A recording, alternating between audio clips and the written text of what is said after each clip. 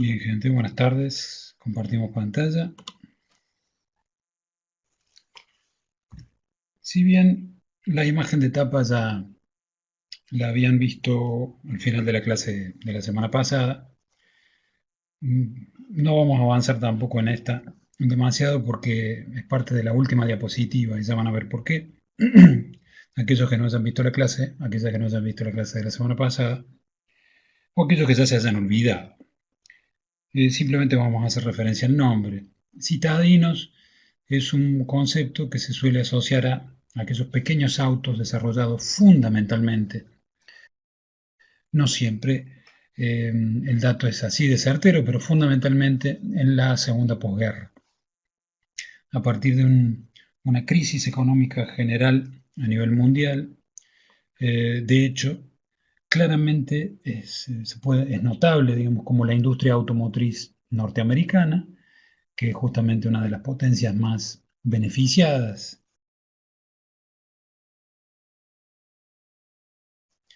entre comillas, y no tanto por el proceso y el resultado de la Segunda Guerra Mundial. Primero, porque no fue teatro de operaciones, y segundo, porque tuvo enormes beneficios económicos una vez terminada la guerra con todo lo que fue la reconstrucción de las industrias y de los motores productivos de muchas de las naciones perdidosas. Eh, Muchas, digamos, particularmente Japón y Alemania. Eh, Así que en ese contexto de crisis económica internacional, eh, fue muy útil para muchas de las empresas que ya venían fabricando automóviles desde prácticamente medio siglo, empezar a apuntar hacia un mercado mucho más, de mucho menor poder adquisitivo, mucho más humilde, que igualmente necesitaba un medio de movilidad. Como vimos en la clase pasada, ahora el automóvil, al menos lo que vamos a ver hoy, sí claramente tienen raíz en una problemática urbana y no como los que vimos en gran parte en la clase anterior, que tenían una raíz mucho más en problemáticas rurales, como claramente fue el caso del Forte, por ejemplo, o de el Citroën 2CV. Ya vimos el triciclo de Benz, simplemente lo volvemos a mencionar porque hace al tamaño y aparte porque marca como el inicio de todo este proceso. Carl Benz había nacido en 1844 y ya en 1883, a partir del ciclo Otto, del motor del ciclo Otto, ya tenía algunas ideas de cómo ir materializando esta máquina. En 1886 empieza ya con la idea de construir o de fabricar ese prototipo. De hecho, en función de eso está esta cita al triciclo de Benz.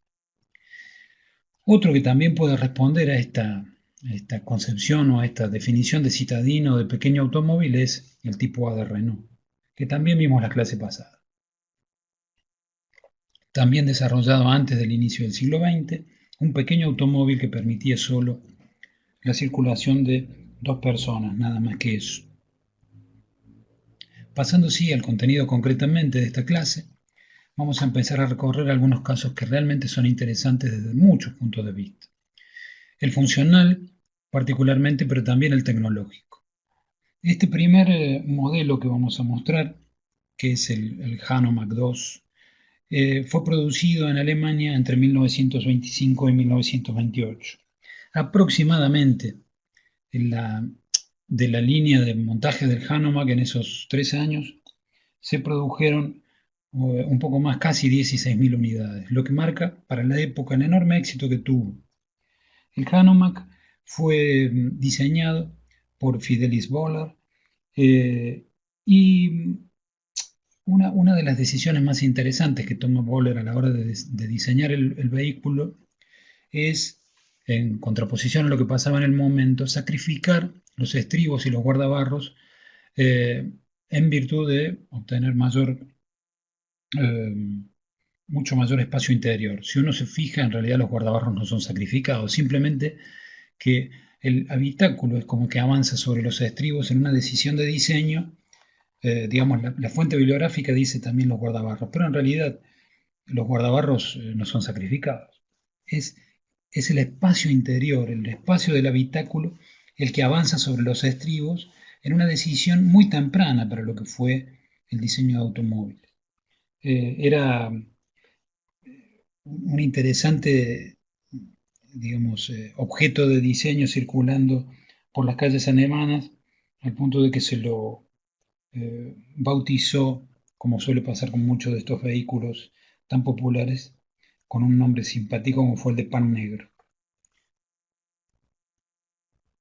Recuerden esa consigna extra que tenemos para el parcial de empezar a ver qué diseñadores o diseñadoras hubiesen manejado alguno de estos vehículos o alguno que ustedes conozcan que también sea contemporáneo que nosotros no hayamos nombrado. El DKF es un vehículo producido por un consorcio que es la Auto-Unión, que nace en Alemania a partir de la fusión de varias empresas, Audi entre ellas. Yo dije DKF, perdón por me traiciona la memoria con el modelo del KDF de Ferdinand Porsche. El DKW en realidad es una línea de vehículos que va a salir de una fábrica consorcio conformada por varias empresas, Audi, DKW, Horsch y Wanderer, conformando esto que fue la Auto Unión. Justamente su hizo el logo, son cuatro círculos, ya no recuerdo si son cuatro o cinco. Nosotros tenemos un vehículo que se produjo y se comercializó en el país con un motor de dos tiempos, que es el famoso Auto Unión, que nosotros tuvimos aquí en Argentina. Eh, Fue verdaderamente un éxito. Se fabricó a partir de 1936 y se vendieron en Alemania alrededor de 60.000 unidades. Eh, lo interesante del diseño de KW, el F5 en particular, es esta posibilidad de llevar en el baúl un asiento extra para algún pasajero que irónicamente y en una actitud muy chirula de la cultura de la época se decía el asiento de la suegra. Se lo plantea como una verdadera innovación cuando en realidad el Ford planteado por Henry Ford, que si mal no recuerdo empieza a fabricarse en 1927, ya tenía esa posibilidad de asiento extra en el baúl.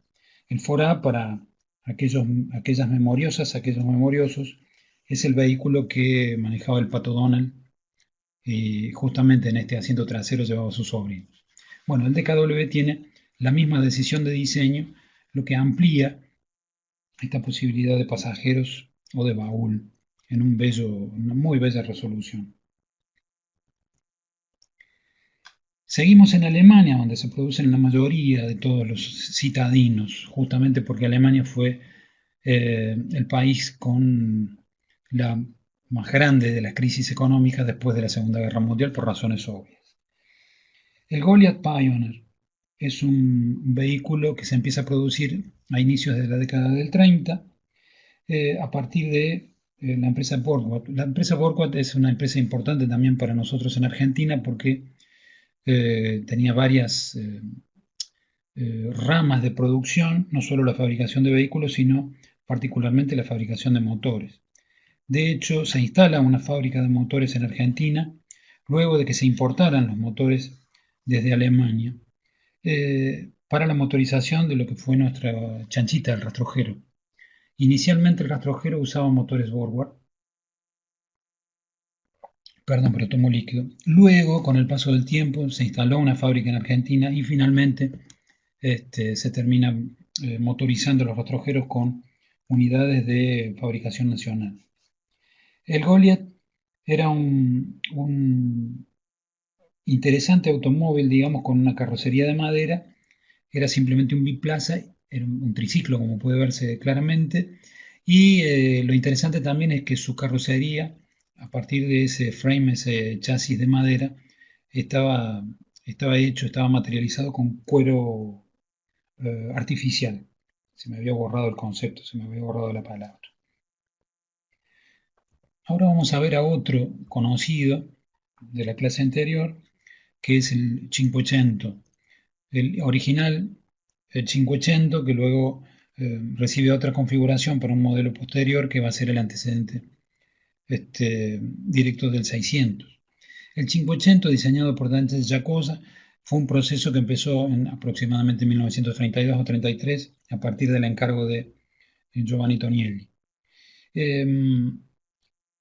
Para el 32 se presenta, o mejor dicho, Giacosa le presenta a Tonielli este prototipo, el 0A, que luego va a ser producido en serie eh, como el topolino, llamado así por la cultura popular italiana, o ratoncito para nosotros. Estos son los colores que yo le mostraba en la clase pasada en una foto en blanco y negro y les decía. eh, el color era generalmente rojo y negro. Había un personaje acá, Johnny Tolengo, que tenía un... No, Johnny Tolengo no, era Aníbal, personaje de un humorista argentino que tenía un topolino donde salía de rotatio, como él mismo decía. El Topolino es un vehículo muy, muy bello, muy interesante, que resolvió también un problema grave de la economía italiana. Eh, Tuvo también una enorme producción, de hecho superaron ampliamente las 100.000 unidades, cerca de 100, un poquito más de 120, si mal no recuerdo. Un, un hermoso ejemplo y conocido por muchos es el caso de Isetta. El Isetta, conservando ese nombre a partir de lo que la BMW decide, porque en realidad es un diseño del diseñador italiano Isetta, que ya producía su vehículo con la firma Bresso en Italia. La BMW alemana toma la decisión, ya viene entrada la segunda posguerra, ya estamos pasando la Segunda Guerra Mundial con este modelo, eh, tomando la decisión de una reconstrucción económica de su empresa a partir de apostar por un mercado mucho más económico. BMW estaba centrada en un rango, en un sesgo de mercado mucho más, de poder adquisitivo mucho más importante, más grande más que importante, digamos, y apostó por un vehículo para la clase mucho más popular. Se fabricaron bajo la firma BMW un poco más de 160.000 unidades, lo que es una barbaridad para la época. Fue verdaderamente un gran éxito comercial y terminó salvando a la empresa BMW de, de la bancarrota. Hay una cantidad enorme de características eh, particulares e interesantes del IZ. Fíjense cómo el brazo de dirección que iba vinculado al suelo, obviamente para hacer la transmisión hacia las ruedas, por un diferencial permitía, o por un juego doble de diferencial, permitía esta cosa de abrir la puerta y tener al volante vinculado a esa puerta y poder entrar por adelante del vehículo, lo que lo hacía verdaderamente muy interesante. Era tan chico que podía estacionarse de manera perpendicular al cordón, justamente era la manera más cómoda para poder justamente entrar y salir del vehículo. La BMW luego, a partir también de un desarrollo italiano que luego vamos a ver con la Fiat, decide fabricar lo que sería el IZ600, con una configuración muy similar de lo que sería la parte delantera y el ingreso, hacer un vehículo un poco más grande, como para poder apuntar hacia otra comodidad, con una puerta que permitía entrar hacia un asiento posterior, a un asiento trasero, eh, digamos, tenía un largo total de apenas un metro veinte, un metro veinte y pico, entre ejes, lo que planteaba también la- la pequeñez de este vehículo. La denominación de 600 tiene que ver con la cilindrada, que son casi 600 centímetros cúbicos, mientras que el IZ del BM anterior, la verdad que no recuerdo, pero no superaba por mucho los 200 centímetros cúbicos, si mal no recuerdo, el motor del IZ original, el que veíamos en la diapositiva anterior. 35.000 más o menos fueron las unidades, si mal no recuerdo, sí, por ahí. Otro interesante ejemplo es el Fulda. El Fulda móvil lleva ese nombre por responder a la ciudad de origen en Alemania. Seguimos todavía en solo alemán con los ejemplos de diseño. Fue una serie muy corta de 3.000 unidades, desarrollado por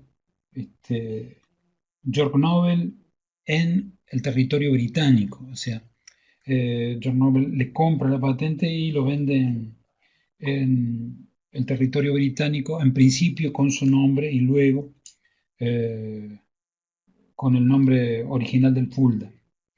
Eh, Interesante también en cuanto a su característica de carrocería, porque era la carrocería, el frame era de madera, pero la carrocería era de aluminio, lo que le daba una liviandad importante. El Gogomóvil, conocido vehículo que intentaba, desde esta decisión de su diseñador, de Han Glass, eh, conseguir una configuración mucho más de vehículo tradicional. De hecho, tuvo éxito en función de eso, se fabricaron más de 200.000 unidades y competía directamente en Alemania justamente con toda la línea de los IZ. Ese era el objetivo.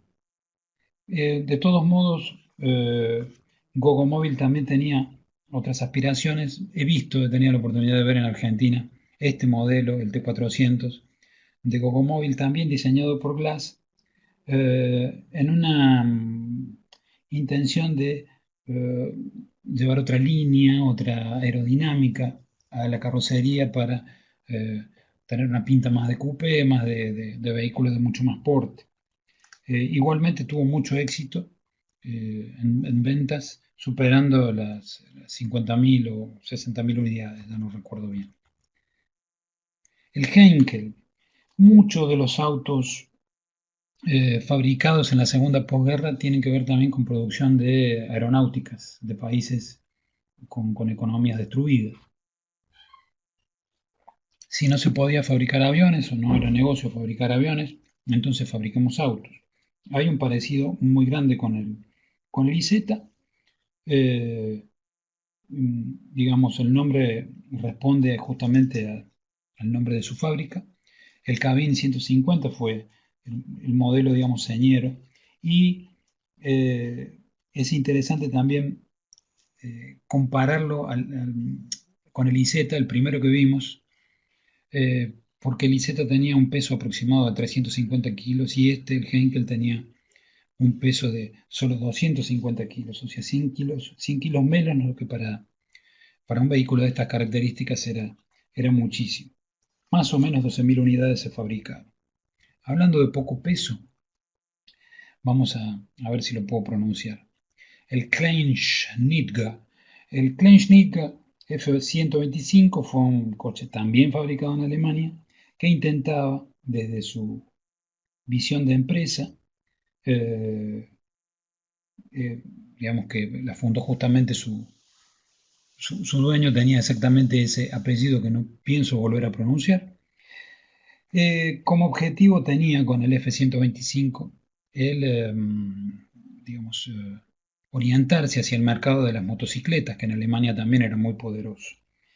Eh, el, eh, Paul Kleinschnitger funda una empresa con 75 empleados, un poquito menos, sí, por ahí, y construye este vehículo para justamente conseguir, como les decía, ese rango de mercado. No fue muy exitosa la venta.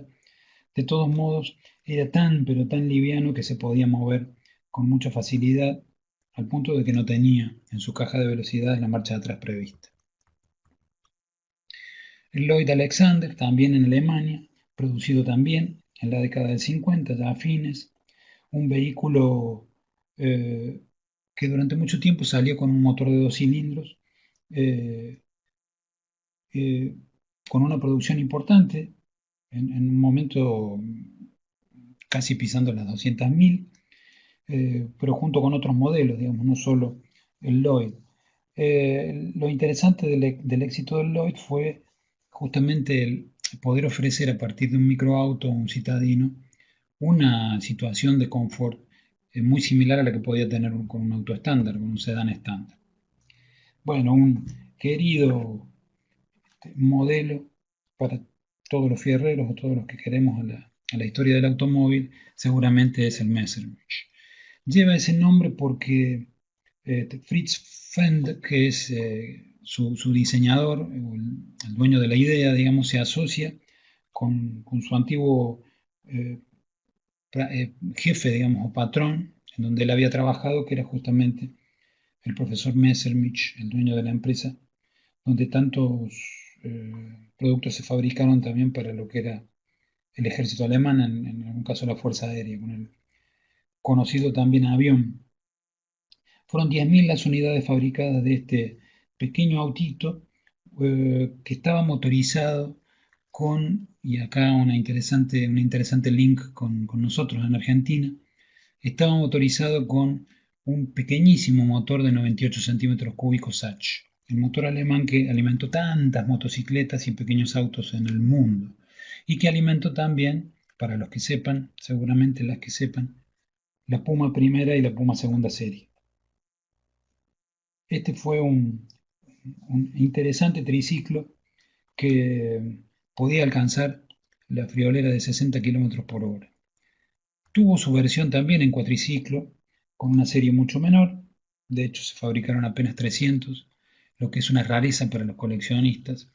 Pero hubo un Messerschmitt con cuatro ruedas que ya tenía un motor mucho más potente, no uno de 98 centímetros cúbicos, sino de prácticamente 500 centímetros cúbicos, de dos cilindros. El TG500, de ahí su denominación, podía llegar, según algunas referencias, a los 130 kilómetros por hora. No recuerdo bien, porque hace mucho tiempo que vi la película, si el auto que tiene Peter, el personaje de Peter Sellers en La Fiesta Inolvidable, es un TG500 o es un KR175. La verdad que no lo recuerdo. Bueno, el NSU, otro modelo interesante, también en Alemania. Seguimos con casi 100.000 unidades producidas. Eh, digamos, se empieza a producir a partir de 1958. A partir de, digamos, la búsqueda de esta empresa que tradicionalmente fabricaba motocicletas. Es muy conocida la marca NSU para lo que es la fabricación de motocicletas en Alemania. En este caso apuntando al mercado, un mercado más ambicioso, de tener un vehículo que pudiera protegerme de las inclemencias climáticas y una circulación mucho más confortable. En un bello, bello desarrollo, un hermoso diseño de vehículo pequeño, el NSU Prince. Bueno, se ha revelado acá. El Victoria 250 también parece ciertamente un auto de juguete, al igual que algunos modelos que mostrábamos recién, ya olvidé cuál era, digamos, no, no importa. Era el otro que era rojo también, ya me voy a acordar de qué vehículo era. No tenía puertas, o sea, el acceso al vehículo es a partir de simplemente subir las piernas y poder entrar como a caballo. Eso se dificultaba y mucho. El problema es que no me acuerdo del otro vehículo porque era el del alemán ese con apellido bastante raro, que no pienso volver a pronunciar ni aunque me obliguen. Lo interesante del modelo este, producido por la BMW era esta cosa de que no tenía puertas, pero tenía una capota que era posible de ser desplegada y al igual que pasaba con el Kleinmeister, el otro, si yo tenía la capota cerrada no podía entrar, era muy, muy, muy incómodo. Algunos problemas de diseño, era casi exclusivamente para poder ser usado en situaciones climáticas ideales. El Zandap, el Zandap Janus, este hermoso vehículo que también tenía mucho parentesco con lo que hemos visto de Eliseta y algunos otros vehículos. El Janus no era de construcción propia, en realidad se basaba en un prototipo que había hecho la Dornier Delta, que ya había desarrollado en 1955. Dornier le cede los derechos a Sanda, que es quien finalmente termina construyendo el vehículo. Aunque no lo crean, era un vehículo para 4 personas. Lo que tiene de interesante es que las personas van ubicadas con el respaldo, los respaldos pegados unos a otros, o sea, el conductor y su acompañante iban mirando hacia adelante y algunos pasajeros que podían ir en el vehículo iban mirando hacia atrás. Muy lindo vehículo, el Vespa 400, que en realidad lleva un nombre italiano, pero es un desarrollo más francés. Eh, Este vehículo tenía una carrocería autoportante, o sea que evidentemente ha sido hecha con algún tipo de fibrado que era muy común en la época. De hecho, vamos a ver un interesante modelo al final de la clase. Fue un proyecto bastante ambicioso de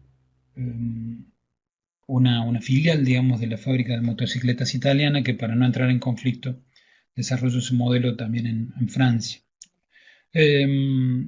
Lo interesante del caso acá, si hay una anécdota que cabe, bueno, son por lo menos un par. El tema del techo de lona, que también era muy común en algunos vehículos de eh, bajo precio, como pasaba con el Citroën 12B, por ejemplo. Eh, Nosotros últimamente no hemos tenido muchos casos en la industria automotriz, salvo recuerdo un modelo cerca de los 2000 que salió, que fue de Twingo, que salía con motor, con techo de tela. El Renault Twingo, un gran diseño. Lo que recuerdo como anécdota del Vespa 400 es que sale en una contratapa de un disco de Pat Metheny, con la participación de Pedro Aznar. Bueno, ahora nos vamos a un clásico de los citadinos. Quizá el citadino más popular y más famoso de todos los citadinos del mundo, que fue el Austin Mini. El Austin Mini fue un verdadero éxito comercial, no solo eh, en el Reino Unido, sino en gran parte del mundo. Eh, una de las características más especiales que tiene el Mini, a pesar de que lo comparte con muchos otros citadinos, sin embargo, en el diseño final del Austin se nota mucho más que es sus ruedas de 10 pulgadas. Estamos hablando de menos de 35 centímetros de diámetro. Hermoso y comodísimo para el tamaño que tiene este vehículo. Por si no lo recuerdan algunos, quizás en una película más nueva, la primera de la saga de Jason Bourne tiene a un Austin Mini como protagonista en la persecución en París. Lindo vehículo, aunque yo no lo compraría ni lo manejaría por lo tremendamente inseguro que debe ser. Es el Bond Minicar Mark C. El Bond responde al apellido de Lawrence, el dueño de la empresa, el dueño del proyecto, que no tenía nada que ver con James, seguramente. Eh, Pocas unidades en comparación con algunos de los grandes modelos de desarrollos que hemos visto, de 200, de 120, de 150.000 unidades. Sin embargo, para el total de los vehículos que hemos revisado, no es despreciable, cerca de 7.000 unidades se fabrican. ¿Qué cosa extraña podemos resaltar? Obviamente es esta cosa de los guardabarros falsos para las ruedas delanteras que no existían, si era un triciclo. Vas a saber cuál era la decisión de diseño que realmente lo afea y mucho. Aparte que lo convierte en un vehículo mucho más inseguro, porque pone mucho peso sobre una zona que está sustentada en el vacío, si hay algún tipo de traba en la dirección, y este, o quizás sea la rueda de tracción, la verdad que no tengo el dato, si la dirección era trasera o delantera, por la forma de los guardabarros me parece que claramente es una dirección delantera. Si hay algún tipo de traba, es muy fácil que el vehículo se tumbe o se trabe. De todos modos, no deja de ser este, una anécdota interesante para revisar. Bueno, eh, lo que me olvidé de señalar es que a partir del Austin hemos salido, del Austin Mini y de este Bond, hemos salido del territorio alemán para meternos en territorio británico. También habíamos salido con el Topolino y con el Vespa. Seguimos en territorio británico con el Scooter. El Scooter es, ¿qué se puede decir de esta extraña bolita que digamos, ya se va al extremo en cuanto a la pequeñez de estos vehículos citadinos. Una carrocería de plástico autoportante, solo tenía una puerta sobre el lado del conductor eh, y, digamos, una de las características más notables, aunque uno podría llegar a tener algún tipo de referencia proporcional de los otros autos, porque este era muy chiquito, apenas pasaba los 2 metros de largo. Apenas pasaba los 2 metros de largo. O sea, imagínense una puerta de las comunes que tenemos en todas nuestras casas, con los contramarcos incluidos, o los marcos incluidos, pónganla en horizontal y ahí tienen el largo del vehículo. Pongan una puerta e imagínense en horizontal cómo es de chiquitito este hermoso vehículo desarrollado por los británicos. Otro vehículo fuera del territorio alemán y mucho más conocido para nosotros es el 600 también, desarrollado por la Fiat a partir de un diseño de Dante Giacosa. No nos vamos a detener porque es un vehículo que todavía uno puede ver en las calles de Argentina, afortunadamente, porque fue fabricado acá hasta el año 81, 82, si mal no recuerdo. Lo que sí podemos recorrer es con un poquito más de atención a este desarrollo posterior del Multipla, también desarrollado por Dante Giacosa. Quizá él ha pasado a la historia como el responsable del proyecto, aunque en realidad él lo que era es responsable del área de diseño de la empresa. Una de las decisiones de diseño más importantes para lo que fue el Multipla, muy parecido al IZ600, ¿se acuerdan? Lo que pasa es que este es más grande aún, porque lo que Giacosa hace es poner literalmente una fila de asientos más sobre lo que es el eje delantero, que en el caso del 600, que veíamos recién, era ocupado todo ese espacio por el baúl, la zona de guardado. Fiat construyó fabricó entre el 56 y el 65 un total de 120, casi 130.000 unidades de lo que era este vehículo, digamos, tan extraño. Yo tuve la oportunidad de ver uno en Poeta Lugones hace un tiempo, acá en el barrio que está al frente de mi barrio, y la verdad que en ese momento, ya hace muchos años de esto, me voló la cabeza el ver un vehículo así de estas características. Nunca había visto una cosa así parecida. Eh, es importante señalar que si bien la motorización original de tanto el 600 como el Multipla era justamente de 600 centímetros cúbicos, luego se lo motorizó con un motor de casi 800 centímetros cúbicos, también aquí en Argentina. De hecho, las series que salieron cerca de los 80, perdón, a inicio de los 80, en el año 81-82, tenían esa motorización, una motorización un poquito más importante.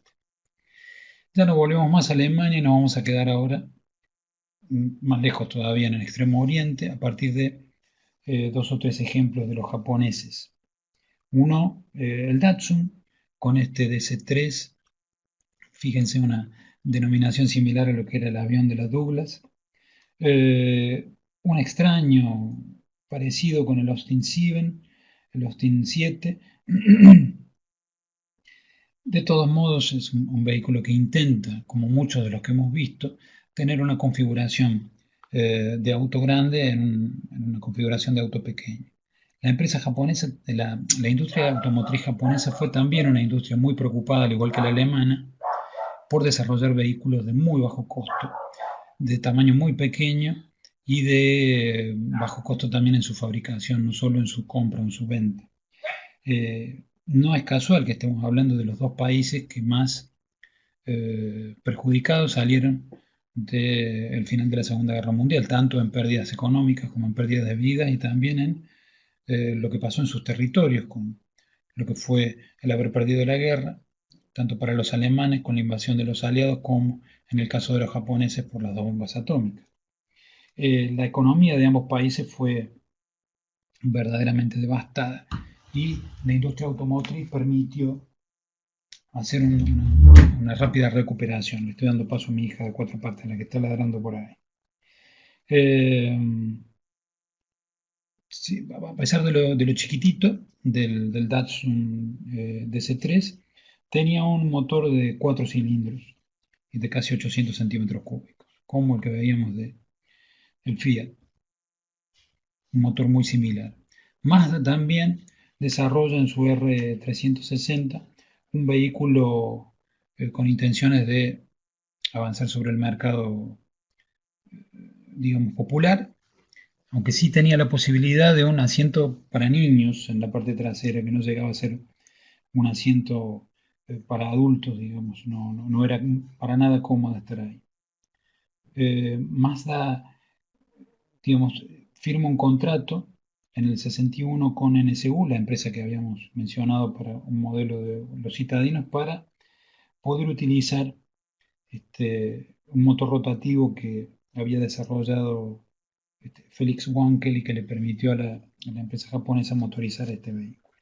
Vamos a ver un último ejemplo del Extremo Oriente, el penúltimo de la clase, que tiene que ver con la Subaru. Son todas empresas que hoy conocemos mucho por muchos desarrollos. La Subaru larga este 360 también. Fíjense un nombre parecido, digamos, al del modelo anterior de Mazda.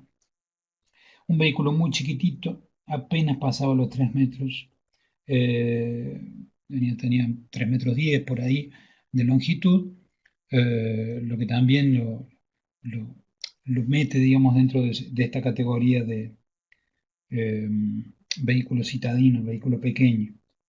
Desarrollado, fabricado a fines de los 50 y hasta principios de los 60, también permitió a la industria japonesa poder ubicarse en un mercado que a muchas empresas les permitió sobrevivir en una crisis económica verdaderamente grave. Perdón por la calidad de la foto, pero eh, digamos es del original de la bibliografía de donde fue sacada. Y vamos a cerrar la clase con el modelo más querido, aunque no tan conocido, que es el DINARG. El DINARG, si bien no es exactamente igual, tiene muchos parecidos con algunos de los que hemos visto. Uno podría ser el Vespa 400. El DINARC, hay todo un mito construido alrededor del nombre. Si ese nombre en verdad no correspondía, de alguna manera, no respondía a un homenaje de lo que fue la DINFIA Argentina, esa enorme fábrica que tantas satisfacciones le dio a la industria nacional.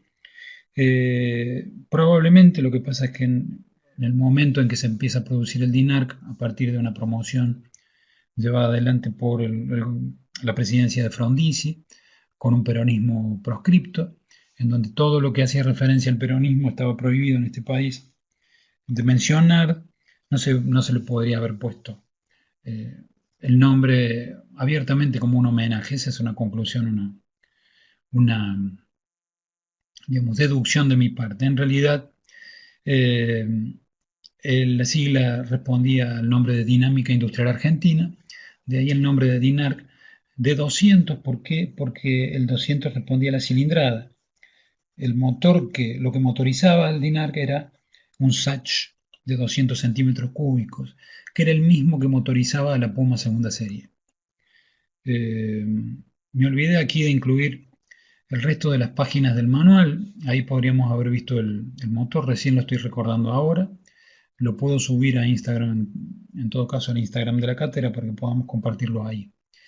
Eh, el Dinar, como les decía, estaba motorizado por ese mismo motor que tenía la Puma quinta serie, de la que se fabricaron muy pocas unidades en la fábrica militar y luego pasó a propiedad de la empresa Luján Hermanos, que terminó fabricando motos de esa cilindrada hasta, sin mal lo recuerdo, entrada de la década del 70. Luego tuvo un éxito comercial importante con el ciclomotor Pumit. Ese motor de Sach de 200 centímetros cúbicos permitía mover una carrocería autoportante de fibra de vidrio, de fibrado. Eh, la serie no fue muy grande, se fabricaba aquí en Córdoba y la serie fue de aproximadamente 300 unidades. Hay un propietario en Córdoba que tiene cerca de 20, no todos en, en perfecto estado ni completos, pero entre los 20 va armando algunas unidades y suele presentarse en algunas celebraciones o rally de autos antiguos. Hay uno que está en muy buen estado que tiene en color celeste, que es verdaderamente una joya.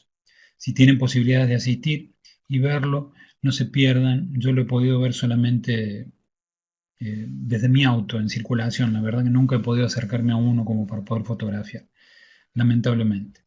Con esto cerramos esta que intentamos sea una clase que dispare aún más ideas de a dónde sentaríamos, al volante de qué sentaríamos a Bárbara Stepanova, a Marian Brandt, a Diego Popó, a Walter Gropius, a Mies van der Rohe, como pensamos.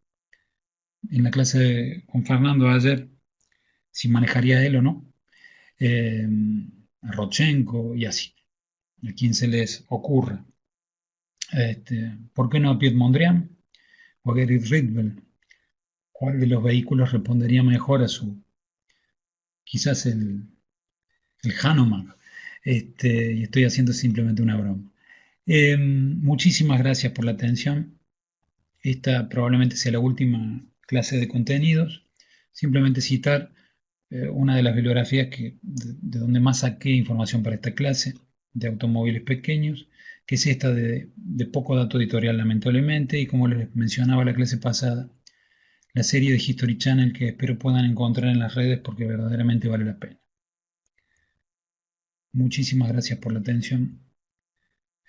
Nos cruzamos por las redes y lo que les deba de material lo podríamos compartir en Instagram. Gracias.